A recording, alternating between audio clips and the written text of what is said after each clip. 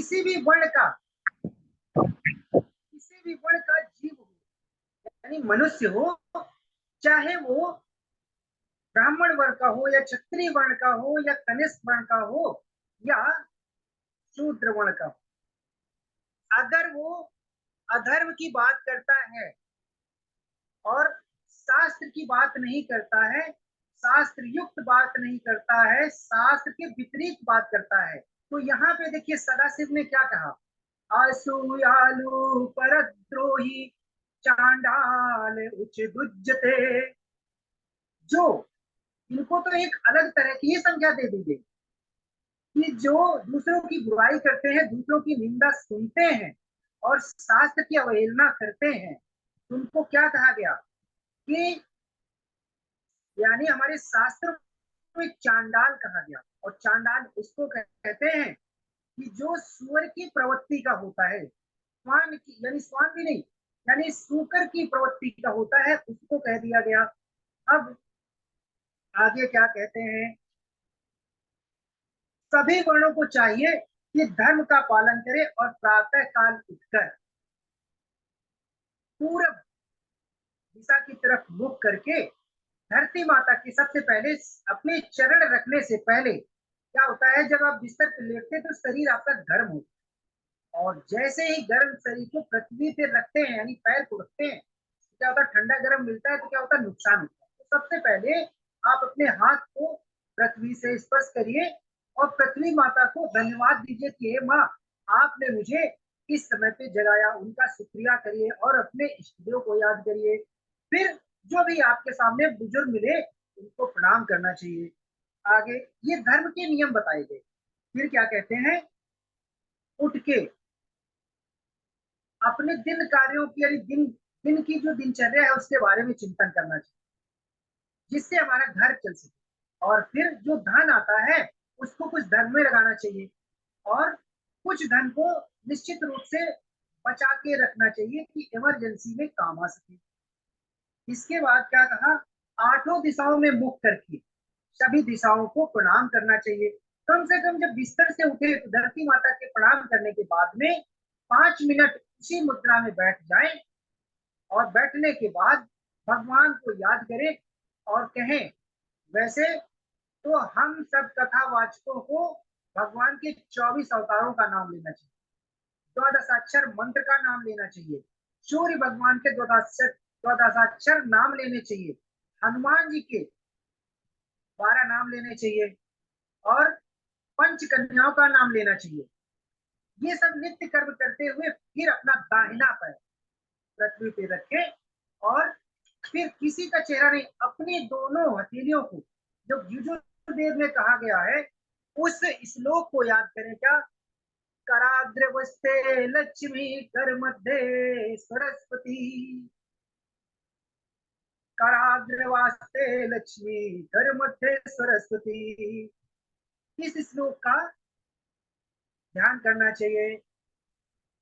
फिर क्या कहते हैं कि अंतिम पहर यानी रात्र का जो अंतिम प्रहर होता है उसको उषा काल कहते हैं और मध्य बीच की रात्र को क्या कहते हैं, उसे संधि काल। उस समय जो समय हो रहा होता है 3:35 का समय, उस समय के समय को संधि काल कहते हैं। और भगवान नारायण उस समय आ जाते हैं, कहाँ से, वृंदावन में निधि वन से रास चले जाते हैं बिहारी जी, और रास रचा के फिर अपने स्थान पे आ जाते हैं। उस समय हमारे संत और जन जग चुके होते हैं। और कहते हैं गायत्री मंत्र का जाप करना चाहिए और सूर्य देवता को अर्घ देना चाहिए। सूर्य देवता को टोटी वाले लोटे से 3 मुद्रा में जल देना चाहिए, यानी 3 धारा में देना चाहिए और बोलना चाहिए, ओम सूर्य देवाय नमः, ओम सूर्य देवाय नमः, ओम सूर्य देवाय नमः। अगर सूर्य उगने से 2 घंटे का अगर समय गुजर जाता है तो कहते हैं सूर्य को जल दीजिए, लेकिन प्राश्चित करके। अब दाहिने पैर के अंगूठे से आप प्राश्चित करेंगे और 4 धारा में जल, इस तरह बताया गया। और कहा गया कि जो ब्राह्मण परिवार में तो जन्म लिया है, अगर 3 दिन तक संध्या वंदन दोनों टाइम नहीं करता है तो उसका ब्राह्मणत्व खत्म हो जाता है। ऐसा हमारी शास्त्र कह रहे हैं, मैं नहीं कहता। और फिर क्या बताया कि ब्राह्मण को चाहिए कि 1000 गायत्री मंत्र का पाठ करे, जिससे वो सोहम भगवान का, यानी सोहम भगवान का जप करता हुआ बाद में ब्रह्म परमेश्वर को जोड़, यानी अपने आत्मा को ब्रह्म परमेश्वर से जोड़ दे। और जो 1000 मंत्र का जाप करता है नित्य, वो ब्रह्मा के ब्रह्म पद को प्राप्त करता है। और कहते हैं 100 बार, 100 माला गायत्री का जाप करता है जो उसे इंद्र पद का प्राप्त होता है।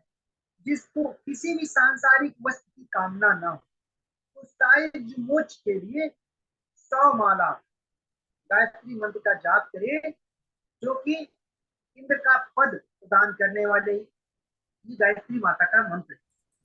कहते हैं ये गायत्री माता का जो मंत्र है ना, ये बाबा भोलेनाथ का ही मंत्र है, उनके श्री मुख से ही निकला हुआ है।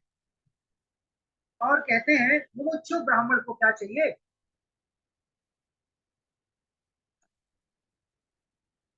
वो सदा ज्ञान का अभ्यास करना चाहिए। जो मुमुक्षु ब्राह्मण होते हैं, उन्हें सदा ही अपने अपने ज्ञान को भगवान में लगाना चाहिए और भगवान की लिए भक्ति करनी चाहिए। और बताया गया, इधर ऋषियों ने पूछा सूत जी महाराज से, कहते हैं कि व्यक्ति धन कमा ले तो धन को कहाँ लगाना चाहिए। तो यहाँ पे हमारे शास्त्र में क्या कहा, सराशिव ने क्या कहा, धर्मादर्थो अर्थतो भोगो भोगे सम भोगो दैव, धर्मादर्थो अर्थतो भोगो भोगो दैवैराग्य संभवा, धर्माजितार्थ भोगे न वैराग्य मुपजायते। धर्म की 3 गति बताई गई, यानी धन की 3 गति बताई गई, और धर्म के 2 लक्षण बताए गए। कौन से, एक देह से और दूसरा गेह से। यानी देह से भी हम धर्म की रक्षा कर सकते हैं, और गेह यानी यानी धन से भी धर्म कर सकते हैं।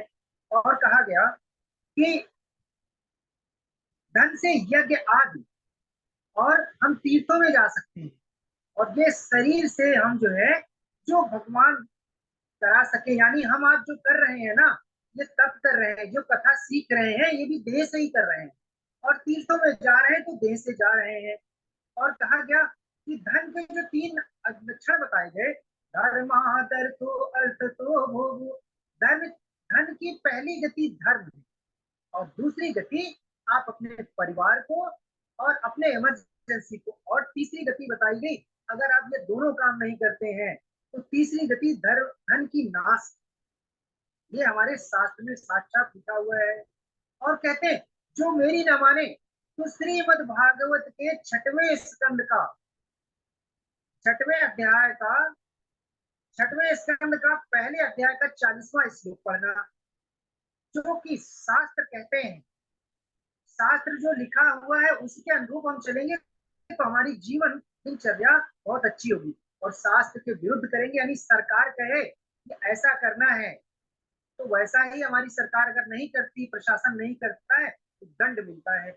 इसी तरह हम अपने शास्त्र की बात नहीं मानेंगे, तो परिणाम जो बताया गया कि धन की 3 गति, तो तीनों गति निश्चित है। मेरे प्यारे, आपने देखा भी होगा, और आपके सामने बहुत सारे उदाहरण। इसी तरह बताया गया, सतयुग में भगवान तप शास्त्र से मिलते थे, और कलयुग में धन और कथा खुद सुने जाके पंडाल में, और परीक्षित बने, और यथाशक्ति हो सके तो यजमान बने, और 7 दिन या 9 दिन की कथा का संकल्प करना चाहिए। और कहा गया कि सतयुग में ध्यान से, और त्रेता में तपस्या से, और द्वापर में यज्ञ आदि से भगवान मिलते थे, और कलयुग में दान से ही। एकमात्र दान और कथा श्रवण ही कलयुग में व्यक्ति के दुख और कष्टों को काट सकता है। कारोबार नहीं चलता है तो ये करना पड़ेगा तो कारोबार चलेगा। अगर रोग है तो ये उपाय करने पड़ेंगे तो रोग दूर हो जाएंगे। फिर आगे सूत जी महाराज क्या कहते हैं कि सदाचार जीवन जो व्यक्ति जीता है उसको क्या करना चाहिए, जैसे कि जो व्यक्ति ये काम नहीं करता उन्हें फल कैसे मिलेगा। तब यहाँ पे क्या कहा, जैसा पुण्य करोगे तो पुण्य मिलेगा और जैसा पाप करोगे तो पाप भी मिलेगा, और वैसा ही इस कलिकाल में उसको फल मिलता है। सा कुटुम्बस्य विप्रस्य चतुष्जन्युतश्च सतवरस्मृतिं तु दधाम तद ब्रह्मलोक दया।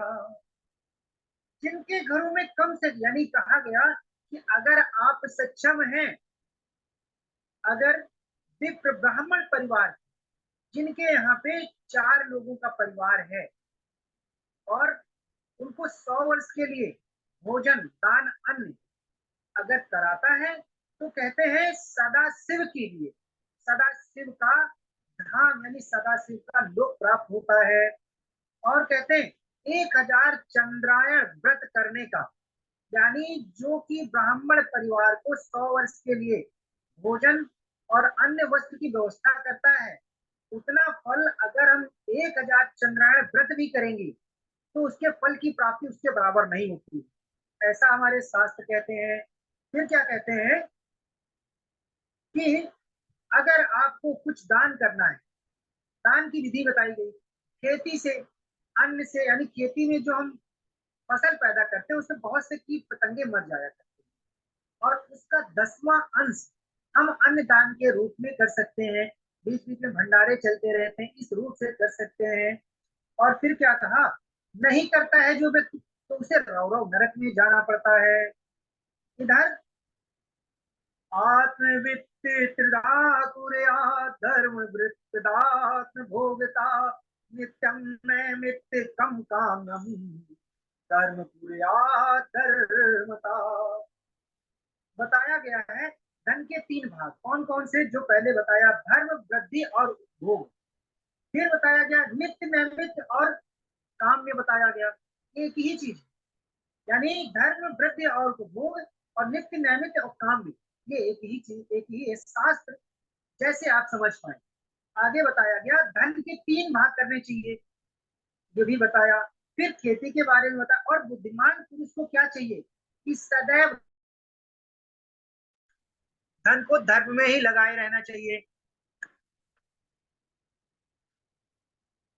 हमारे फोन में ऐड बहुत आते हैं, पता नहीं कहाँ से आना शुरू हो गए हैं, हम परेशान होते हैं, हर 5 मिनट 10 मिनट में ऐड आ जाता है। इसके बाद आज की कथा को यही विश्राम करते हैं और आगे यज्ञों का और यक्षों का और 7 दिनों का वर्णन के बारे में आगे सुनेंगे। यह शिव महापुराण, यह शिव महापुराण, यह शिव महापुराण। ओम नमः शिवाय, ओम नमः शिवाय, ओम नमः शिवाय।